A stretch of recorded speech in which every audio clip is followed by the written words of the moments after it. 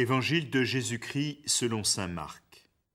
Jésus prend avec lui Pierre, Jacques et Jean et les emmène, eux seuls, à l'écart sur une haute montagne. Et il fut transfiguré devant eux. Ses vêtements devinrent resplendissants, d'une blancheur telle que personne sur terre ne peut obtenir une blancheur pareille. Élie leur apparut avec Moïse, et ils s'entretenaient avec Jésus. Pierre alors prend la parole et dit à Jésus : « Rabbi, il est heureux que nous soyons ici. Dressons donc 3 tentes, une pour toi, une pour Moïse et une pour Élie. » De fait, ils ne savaient que dire, tant était grande leur frayeur. Survint une nuée qui les couvrit de son ombre.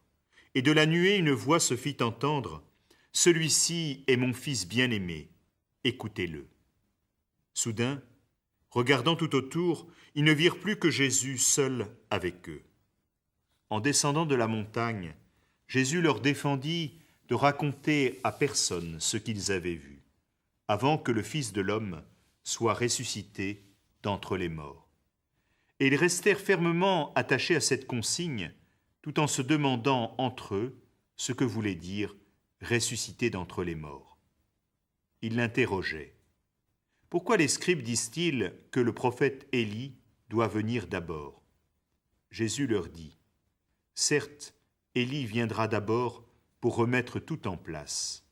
Mais alors pourquoi l'Écriture dit-elle au sujet du Fils de l'homme qu'il souffrira beaucoup et sera méprisé ? Eh bien, je vous le déclare, Élie est déjà venu et lui ont fait tout ce qu'ils ont voulu, comme l'Écriture le dit à son sujet. »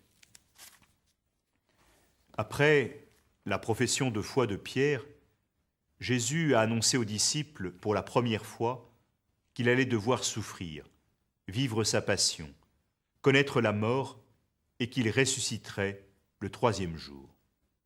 En prenant avec lui Pierre, Jacques et Jean, en les emmenant, et eux seuls sur la montagne, pour y être transfigurés devant eux, c'est bien la suite de cette annonce qui est comme préfigurée, qui se rend visible aux yeux des 3 apôtres. Voilà que Jésus est comme traversé par cette lumière, et jusqu'à ses vêtements deviennent éblouissants, d'une blancheur à nulle autre pareille. Cet événement mystérieux est bien sûr comme une annonce de la résurrection glorieuse à venir. Elle en est comme le signe avant-coureur. Et si Moïse et Élie sont eux aussi présents dans cette scène, c'est bien à la fois pour indiquer que la résurrection du Christ est comme préparée, annoncée par toute l'histoire du salut, par la loi et les prophètes, et qu'elle en est en même temps l'aboutissement et l'accomplissement.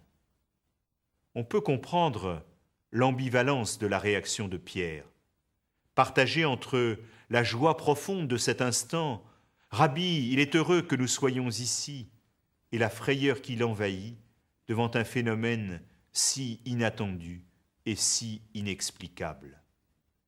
Mais si la voix du Père se fait entendre comme au jour du baptême de Jésus dans le Jourdain, c'est bien pour attester de la divinité du Christ, le Fils bien-aimé.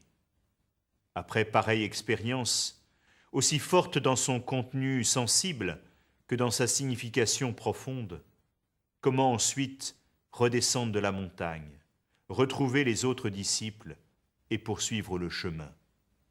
L'invitation au silence de la part de Jésus est là pour éviter tout triomphalisme, toute interprétation erronée et inviter à relire l'événement le moment venu, après la passion et la résurrection.